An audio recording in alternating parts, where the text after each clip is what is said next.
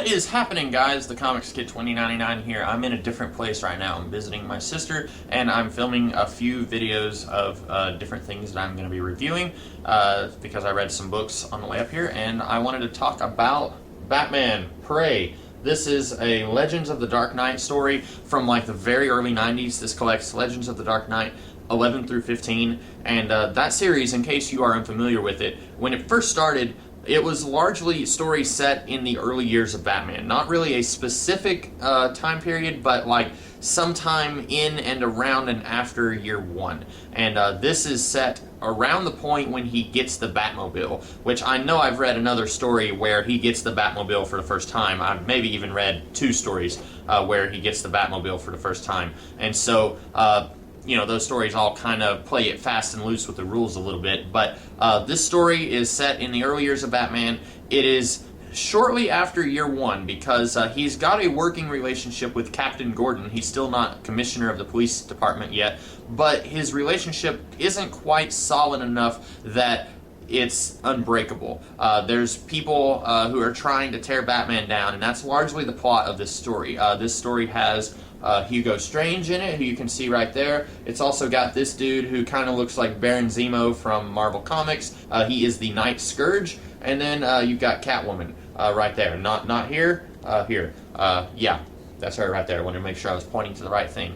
And a long time ago, like a year before The Dark Knight Rises came out, maybe even more than that. It was before the first trailer for The Dark Knight Rises came out, but it was after we found out that Bane and Catwoman were going to be in the movie. A lot of people were speculating that the plot of The Dark Knight Rises would be based on this book because after the events of The Dark Knight, you know, the police are chasing Batman because they think that he's killed Harvey Dent, and this story is about the police department chasing Batman, and Captain Gordon is kind of forced to go after the Batman, and he doesn't really do any of that, but he puts together a task force to go after Batman. And a lot of people, I can say that after reading this, it makes sense that people thought that The Dark Knight Rises would be based on this. Of course, this was before we even knew that The Dark Knight Rises would be set 8 years later, and that Batman had retired in between the events of The Dark Knight and The Dark Knight Rises, and really, The Dark Knight Rises bears absolutely no resemblance to this. And I think part of that also was a lot of people really wanted Hugo Strange to be the villain of the third movie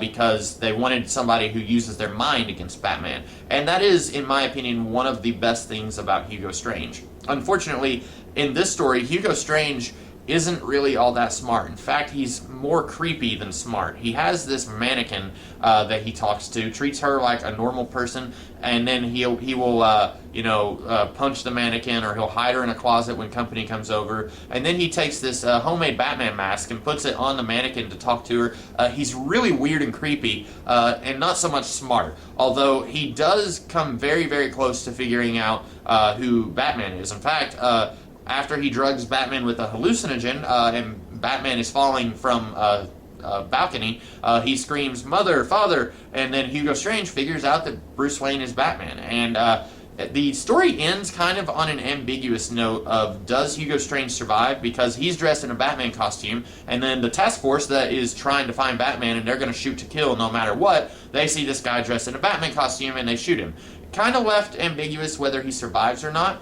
I have no idea if this story is even canon anymore. I have no idea, and even if the New 52 hadn't happened, even before all of that went down, I'm still not sure if there are any other post-Batman Prey stories that use Hugo Strange, because I know there's Monster Men, which has Hugo Strange, and that was done about 10 years later by Matt Wagner, and as near as I can tell, Monster Men would have to take place before this, but this story doesn't really work with Monster Men, and that's okay because this was written about 10 years before Monster Men, so it can't be expected to fit with a story that was written much, much later. But if you are really big into the continuity and the timeline of Batman's life, then that may be something you want to think about, reading this with other Hugo Strange stories like Monster Man or Strange Apparitions, which is a pre-Crisis on Infinite Earths story. In fact, that's just Steve Englehart's run on Batman,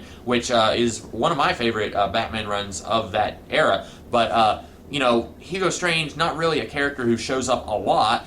He showed up a couple of times in Batman the Animated Series, I think, and then he's shown up just a handful of times in the comics. He's not really like any of Batman's supervillains who show up all the time.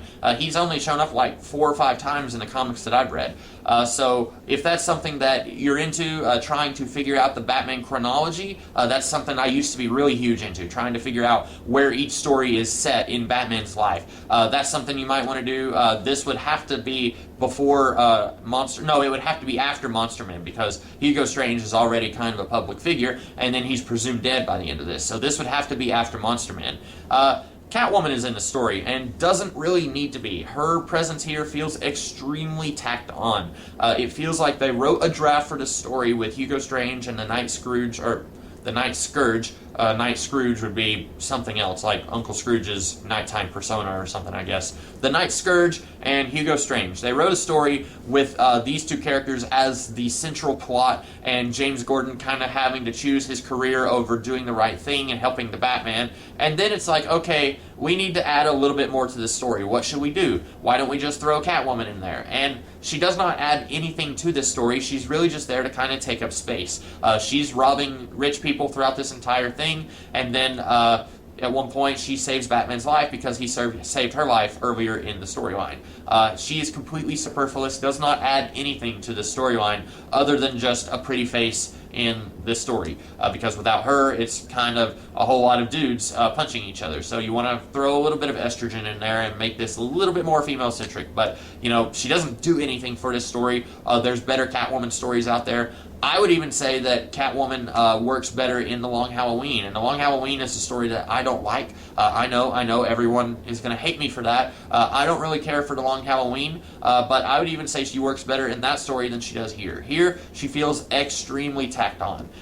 What else do I have to say? This is one of the funniest Batman that I have seen in a while. And I don't want to say the story is funny, because the story is about as funny as a usual Batman story. It's really not that funny at all, but the Batman here is a lot more, I don't want to say lighthearted, but he's more willing to throw out the occasional one-liner than he usually is. There's one part where he is fighting this mobster, the Fish, which I thought was very interesting. I think I had heard maybe that there was a Batman character from like the 1950s who was a mobster named the Fish, but in a post-Gotham TV series world where Jada Pinkett Smith plays a mobster called Fish Mooney, I thought it was very interesting that there was a comic book character called the Fish. And I'm wondering if it was intentional calling her Fish Mooney, if they were deliberately trying to name her after this dude. But ultimately, he's a very different character than Fish from Gotham. But anyway, Batman is fighting this dude in his home, and then he beats him up, knocks him unconscious, and the dude had come out of the bathroom with this other girl who was in the hot tub,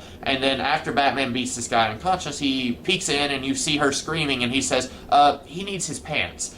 Because he's taking this guy to the police. And I thought that was very funny. That's something you usually wouldn't see in a Batman story. Usually you see Batman and the stories he's in being very dour, not being very lighthearted at all. I thought that was extremely funny. I wasn't expecting that from Batman, and I feel like there's another kind of sort of lighthearted moment from Batman here that I can't remember right off the top of my head, but the he needs his pants line, one of the funniest Batman moments I've ever read.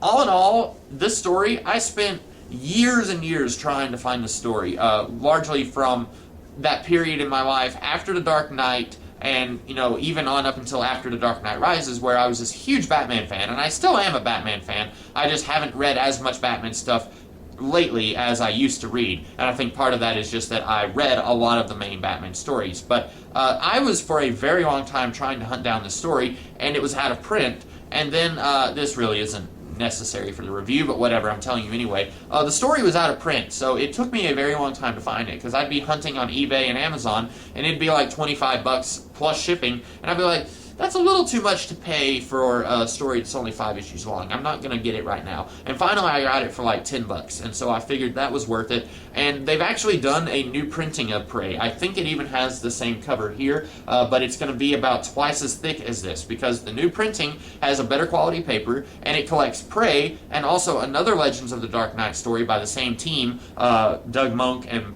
Paul Galassi. It does another Legends of the Dark Knight story by those two called Terror, which is like much later, like probably 8 years after this story was done. And I do have Terror. I read it a long time ago. But if you see this in like your Books A Million or your Comic Book Shock and it looks a lot thicker than this, that's probably because it's the new printing and it's got 2 stories in it. It's got Prey and Terror. And so if you are interested in this and you see that and you're like, I don't know, should I get that? Probably go ahead and get it. It's been a while since I've read Terror, so I don't know if you're going to be disappointed if you read that. But that would probably be the best way to pick up this story now. The only reason I didn't get the new printing whenever it first came out was because I already had Terror, and so I wanted to just go ahead and find Prey by itself. So those are my thoughts on Prey. This story is pretty fun and enjoyable. When you hear the plot being that the police are hunting down Batman and Batman has to prove his innocence and stop the real bad guys, the plot is pretty predictable. Once you know what the plot is, you pretty much know exactly where it's going to go, but that's not really a huge problem because this is set in the early days of Batman, so naturally you know that he's going to have a happy ending, or at least as close to a happy ending as he can get, because this is set in the early days, and he's not going to die or anything like that, like in Batman R.I.P. or something like that, because this is set in the early days, and he has to work his way up to the present day. It's a pretty good story. It has Hugo Strange in it, who, like I said, I like Hugo Strange because he's different than your average Batman villain. I just wish that he was a little bit more criminal mastermind here, and a little bit less weird, creepy dude here. But it's a pretty okay story. Maybe it doesn't live up to the hype that I had created in my mind, since I had spent like 5 years trying to find this story. Maybe it doesn't quite live up to, maybe not 5 years, maybe 4. It doesn't live up to what I was expecting trying to find this story all that time, but it's still a pretty okay story. So if you're looking for a good Batman story, I would recommend Batman Prey. It's not the best Batman story out there, but it's not a bad Batman story by any means. It's pretty good. So those are my thoughts on Batman Prey. I hope that you guys had a great time watching this video. If you did, be sure to like, share, comment, and subscribe, and I will be back later in the week with a different kind of video. So I will see you guys then. Have a great rest of the day.